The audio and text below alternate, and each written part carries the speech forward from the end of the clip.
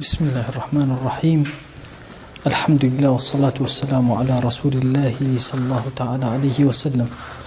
ينسر وشيء أداء وشيء لو شكان كراغب أصفهاني رضا رحمة الله اللي بأشتها خزمتي بريتي لو شيء أداء يشك لو كلماتاني كزور لقرآن بكارديد بريتي لا أداء أمو شيء معناه كيشيا دفع الحق دفعة وتوفيته بيداني حقا ما فكان يخوي بالطوائب وبجاريتوا ووفاء بكل ما فكان بكي هميان بجاريتوا كأداء الخراج ما في خراج كلا سرته تسليمي كي جزية أداء أمانة وأمانة هموي بكارية فليؤدي الذي ائتمن أمانته فليؤدي يعني شيء كل حقك كل ما فك به معنى كان يخوي بجارته كائتمان كرا ولا سري بأمانة بيدرا إن الله يأمركم أن تؤدوا الأمانات إلى أهلها خوي يقول أمرتان بيك أمانة كان بجرنوبو خلشي خوي خاون أمانة كان وقال وأداء إليه بإحسان وأداء إليه بإحسان ماشا أداء كل ما فكان أجريته بإحسان طبعا لقرآن وشيء إحسان لزور شوينا بكار هاتوا هاي سيما مثلا كاتك باسي الإحسان أن تعبد الله كأنك تراه فإن لم تكن تراه فإنه يراك كباسي أكين يكسن نيرجية تبيش شاوان أو أندش يوم باس كردوين يكسن الله نوان نيرجك مثلا خواهي قورا تشاوي لخواهي أقلنا مثلا خواهي قورا تشاوي لتوية بس مثلا إحسان زور قوري وبالوالدين إحسانا إحسان هذا من يتشاكي لقلاكي همان أول شيء أو معناه لي أخوازرته يعني واكر دوان لقلاك كرب العالمين سيرد أكاياتو تشاو الأخوات شون لقضايك بوقتها حلسو كوتكي لميزان ومعاملة بوشي وازا لأداي أمانتك لسرشان بإحسان مثلا وشيء حتى وإذا قتلتم فأحسنوا القتلة يعني وشيء أحسنوا كأنما تشاو الأخوة يقولوا أجر تشاو ليني أو تشاو ليتي يعني رتبي إحسان لكل عباداتها جيب جاك ديرش كأفرمي وأداء إليه بإحسان يعني ما فكان أجارته شويني خوي وأجارته بشي بإحسان بوشوازا أصل ذلك من الأداة باشا أصلي أداء لشي وهاتوا ولا أداة وهاتوا سيري أمو شبكن ليرة سيري أوبكن راغب لأدايا أداء هاتو شيبو من بكا شيبو من هنا أدائي هنا وعلى أداء كش أصلك أداة إما وتمان الراغب تركيز لسر شيء لجزرية السيدانية كان أكاد أصليك إنجا يكم دوامي زور تركيز أخات سر دواي أوا زور بمهتمي سيريناك ويجاري وهي أم حالتانا دروس أبي كتوك مثلا بدواي كلمي أديدا بقري مثلا أبي تو بشي بإدا بقري وأديد أبي بشي تو سرسيك بدواي أداء أقري أبي لا أداء بوي بقري أبي بشي تو سرسيك بدواي أداة أقري لبرأوي أداة أصلكي لتشيوية جزرية كلمة كي لا أداوي عينا أبي بشي تو أبي ماش أفرمتشي تقول أدوت بفعل كذا أي احتلت وأصله تناولت الأداة التي بها يتوصل إليه كاتكتو علي أدوت بفعل كذا أدوت بفعل كذا يعني كأنما توحي ليك كردوبوي بقي بوشتا أداتك بكار هنا وبوي بقيت أوشتا أدوت بفعل كذا تناولت الأداة التي يتوصل إليه تهاتوي لو اشتاتشيت كردوا أداتك بكار هنا وبوي بيجيني تأوشونا أو جاقايا إن جاء فرمي واستأديت على فلان أي استعديت كاتكتو علي استأديت بمعنى شيء استعديت كأنما أومك أداة بكار هنا تعدام كردوا لحقي أو كسايا باش أخوي تجاوز كردن تعدي بمعنى تجاوز كردن لحقي أو كسا يعني أو كسا وكو آلات بكار هنا كردوما وكو آلاتك جاء دي قد بدن ئەداءەکە حەقی چی بوو بەسەر ئەداتەکەەوە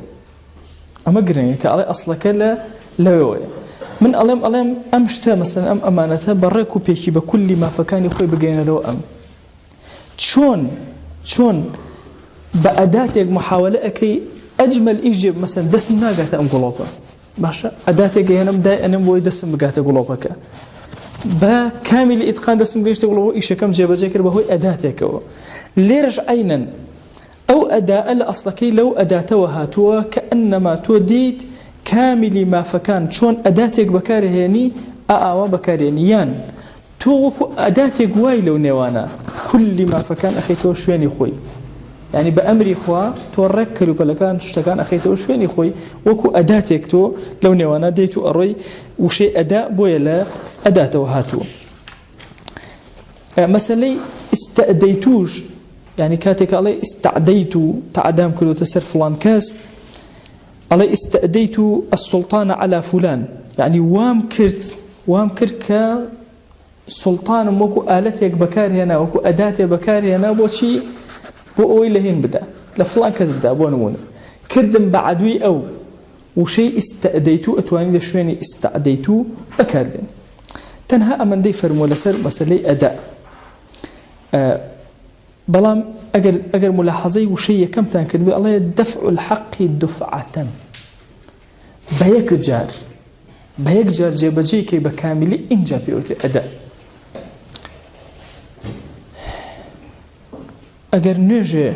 لە کاتی خۆیان جێبەجێت کرد پێوتێکی ئەدا لە کاتەکەی خۆی چووە دەرەوە پێوتێ چی پێوتێ قەضا ئەی باشە ئەگەر دوور کاتی لە کاتی خۆیان بوو دووی لە کاتی خۆیانەوە وتمانە دفعة باشە وتمانە دفعة كاملا لە شوێنی خۆیان بینجا توانین پێ بڵێن ئەدا ئەگەر ناتوانین پێ بڵێن ئەدا بەڵام سەیرەکەین عولەما پێی ئەڵێن ئەدا باشە بۆ پێی ئەڵێن ئەدا لە کاتێکە ئەدا نییە خۆ دوور کاتی لە قەضایە ئێستا بنمونە تۆ مەسەلەن ئێستا دوور کە نوێژی عەسرەکەیت و بانگی ئێوارە ئەدا عولەما فەرموون ئەم نوێژە بە ئەدا حسابە قەضا حسابی هەندێک ئەفەرموون یەک ڕەکەعاتێک کرد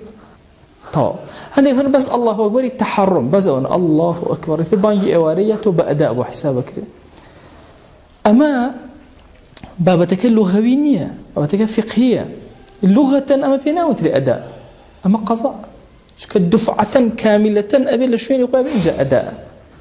نقصانی تێکەوت ئەدا نییە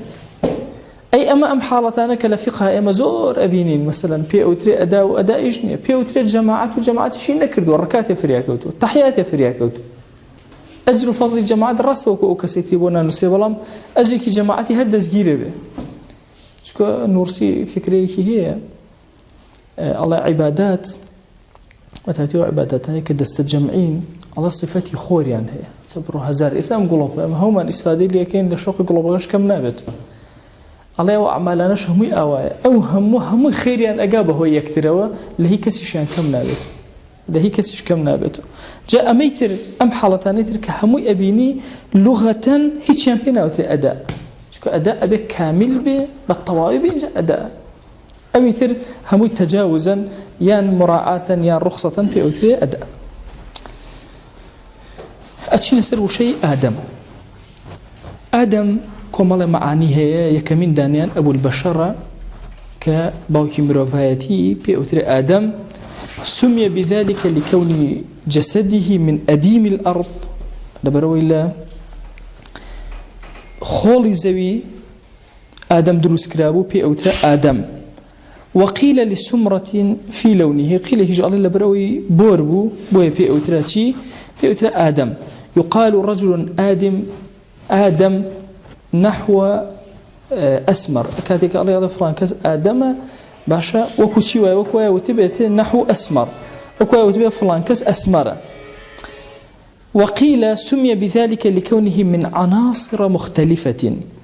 لبروي لكومالي عنصر جياجيا وقوى متفرقة كومالي هذه جياجيا متفرق إنسان دروز بوا كما قال تعالى من نطفة أمشاج نبتليه باشا كومالي نطفة جياجيا تيكال من كرد باشا من نطفة كأمشاج لتشندين شد بيكاتبو تيكال كرابو لقال يكترا ئیتر طبعاًەوە قەلا و فەلاسیفەی کۆن زۆر قسەیان لەسەر قیواکانی ئینسان کردووە لە چی دروست بوون و چۆن متەفەرقە و عناسرەکانی چین و ئیتر هەنێک باسی عنسوڕەکانیان کردو و توانە کاکیان عنسوری خۆڵ خۆر بنمونە مەسەلەن ئاو هەوا ئەمان هەمووی لە ئینسانە هەیە لە قیوە متەفەرقەکانە وتوانە قیوایەکی ئیلاهی لە ئینسانە هەیە و قیوایەکی حیوانی لە ئینسانە هەیە قیوایەکی سەبوعی لە ئینسانە هەیە حیوانەکە مەسائلی شەهەواتە سەبوعیەکە دڕندایەتی ئینسانە ئینسان بۆ شەڕ لەگەڵ کەسێک ترە لێ ئەدا ئەمە حاڵتە سەبوعیەکەیە لە ئینسانە ئەجوڵێ ئیلاهیەکەش ئەوەیە ئینسان حەز بە چی ئەکا بە ڕیئاسەتەکە حەز بە گەورەبوونەکە حەز بە ناوی گەورە ئەکا ئەمەش بەشە ئیلاهیەکەیە ئەفەرمێ خەتەرترینیان لە ئینسانە کە زەرەری لێبدا بەشە حیوانیە شەهەوانیەکەیە چ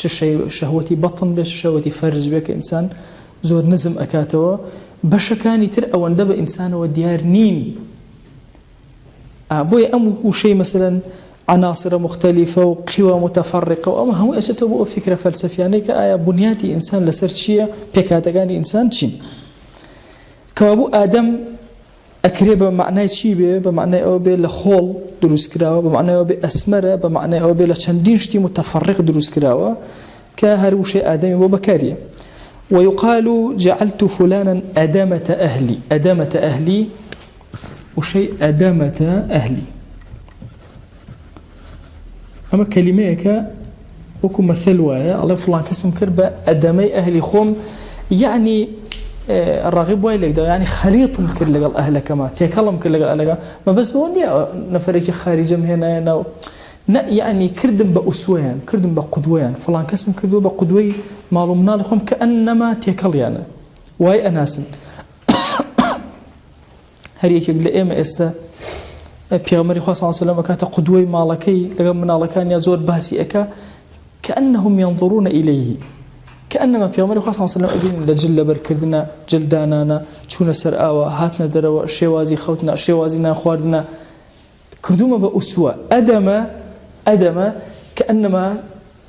خوي لخليطة وهاتوا يعني شيء كردوما بأسوة نقب خودي خوي كرده وكان كردوا بأسوة أنو خليطهم كردوا لقال أوانا ويأفرماتي أي خلطته بهم تكلم كردوا لقال يانا وقيل سمي بذلك لما طيب به من الروح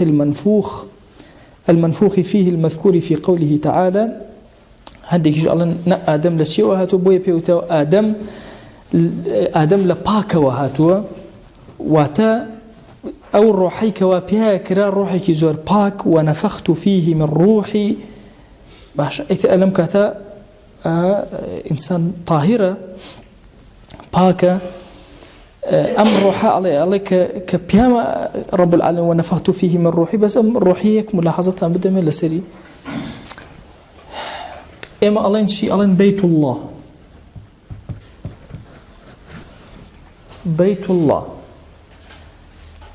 الله ما بس لواني أم على بشيك الأخوة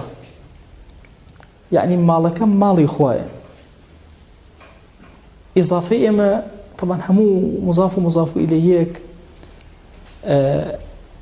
أنواع كان يا في تقديرك يا من تقديرك مثلا اللهم خاتم فضة يعني خاتم من فضة يعني أم خاتم بشيك شيء لزيو الزيو زوجتي لدروسك خاتم بشيك لم أما إضافي شيء جزء ولا كله جزءك إضافي ولا كلك غير أوانيك منيتي تقديرك هالشيء إضافي لامي به ناكات جزء شيء إضافي في به شو كسي حرف تقديرك لو زيادة لنا هم إضافة أو إضافي كفية مثلا كألم بيت الله يعني بيت لله لام تقديرك واضحة ألم غلام زيد يعني غلام لزيد ألم مثلا يوم الجمعة يعني يوم في الجمعة واضحة في تقديركم أو الزمان بفيه أو غير زمان بلام إلا حالتك نبيك أو بشيك بلو كاتك أخوي قرأ فرمي ونفخت فيه من روحي ما بزوني يعني للروح يخم بەشێکم دایە بەم مینە لێکی بدەیتەوە ئەمە هەڵەیە ئەوە ئیضافەیەکی تەشریفیە وەکو بەیت اللهکە وایە وەکو کەعبەت الله وایە واضحە کە ئەڵێ وەنەفەخت فیه من ڕوحی يعني ما بەزەوە نیە ڕۆحەکە بەشێکە لە خۆ و هاتوۆتە دەرەوە و درەوە بە ئینسان و چکە هەردێک لە فکرەکان بەتاتی قادیانەکان ئەوەی لێکردنەوە کە ڕوحی بەشێکە لە ڕوحی خوایەتە ناو ئینسانەکان و مرۆڤەکان و مەسیحەتیش هەڕەئی ئەو هەیە هەمان ئەو فکرەیە کە ڕوحی خوایە داخڵ ئەبێ بە عیسا و بۆ شێوازە ئێمە ئەڵێن چی ئەڵێن نە ئەم ئیضافە هەڵەیە ئەمە ئیضافەی منی نییە باشە ڕۆح جارێ هەر سابت نییە بەشێک بێ لە خوا تا بڵێن وەکو خاتەم و فێضەکە وایە ئەمە جزئێک بێ لەو بەڵکو ئیضافەکە ئەمە لە هیچ شوێنەکە لە هیچ ئاەتێکە سابتە خوا بفەرمێ من ڕۆحم هەیە نییە کەوابوو ئەم ئیضافە وەکو چی وایە وەکو بەیت الله وایە کاتێک ئەفەرمێ وەنەفەخت فیه من ڕوح وجعل له العقل والفهم والروية أو التي فضل بها على غيره عقل فهم جيرانوي شتيان روية بمعنى عقل جديد بو بمعنى عقل ديت سونك عقل أتوانا شد بجريتوا باسي بكاتوا أفرمي هريشك لمانا بفضل دراوة بإنسان كان فضل بها على غيره فضل دراوة وهو أمشتانو بإنسان بغير أو كابو آدم لا طيبة وهاتوا ببيئم معناه به وحرمتك جوربة وشيء آدم دراوة كاتك هرشي معنا كان يعني فضيلة كان لعقل لفهم لشي هم بيدرا وكابو أفضل تر اللواني تر كابو طيب تر اللواني تر وفضلناهم على كثير ممن خلقنا تفضيلا خواجان أفرمي إما فضل مروف من داو بسر زورق لمخلوقات خومانا تفضيلا تأكيدي أكاتوك مفعول مطلقة يعني فضلك أو من داونتي باش من داونتي وذلك من قولهم الإدام ما يطيب به الطعام لكيو أم طيبت هنا إدام كلمة إدام أدماء بشي أوتري بيخور بكردي هرشي لقل نانا بخوري فيتي بيخور هنا جار زيتك وكل عند الفرما يشتهاتو زيت بيخور بو هنا جا خل ليس لنا من الإدم إلا الخل من الإدم عشان بس شيء لما يعني أوشتي كنان خوشكا يطيب به مساء الخبز جاء ليرج أفرميتي أما لكيو هاتوا كألين بمعنى طيب هاتوا ألا إدامة وهاتوا ما يطيب به الطعام وفي الحديث لفرمايشتات لو نظرت إليها فإنه أحرى أن يؤدم بينكم أن أو اشتيتر أوي طيبة لا ديارة هرشتك نان طيب كات خوش بكات بيوتي إدام كابو آدم لإدامة وهاتوا يعني باك يعني طاهر يعني جوان بو يعني خوشكر بهوي شيء وبهوي أو فضلاني كخوي جوري بيعطاكل لفرمايشتك هاتوا كأو صحابي هات وخدمة بيغمر صلى الله عليه وسلم فرموي داوي أفرتك كردبو فرموي انظر إليها برسيري بك أو أنا يا رسول الله صلى الله عليه وسلم شوف سيرم كل جاري دوم جاري سهم روايتك مشهورة لهندي الروايات فإن في أعين الأنصار شيئا تشاو كان أنصار شتيكي تيايا بوشي أما يفرمو هندي العلماء فرمون تشايو أنصار روكو تشايو عالم بو جوان سير تشايو كنجا كان أبو يوباش نتسفر أو بلا تشايكو أكاتلي جوان تشاو بكرو باشا فإن في أعين الأنصار لشيئا طبعا أو شو إخوة بتشايو شيت يعني باشا جوان الله بوي بيغمر صلى الله عليه وسلم سرنجي راكي جوان سيري بك ومعاني تريشي تيا يعني نيوي جوان كان لتشاوى رول أفرمي لو نظرت إليها فإنه أحرى أن يؤدم بينكما أما زور قرنجة يؤدم بينكما يؤدم أجر تو سيري بكي ئەوە زۆر زیاتر ئەگەری ئەوەی هەیە کە لە نێوان ئێوە خۆش ببێ باشە ئای زیاتر دڵت سابت بێ بۆی ئەفەرمێکی ئەی یؤلفە ويطيب يؤدم بمعنى شيء الفد لبينتنا دروز به وبينتنا خوش به طيب به باق به لما سلي أمنا ضرب وسين الروما واشترى خو رحمة فيك أن يؤلف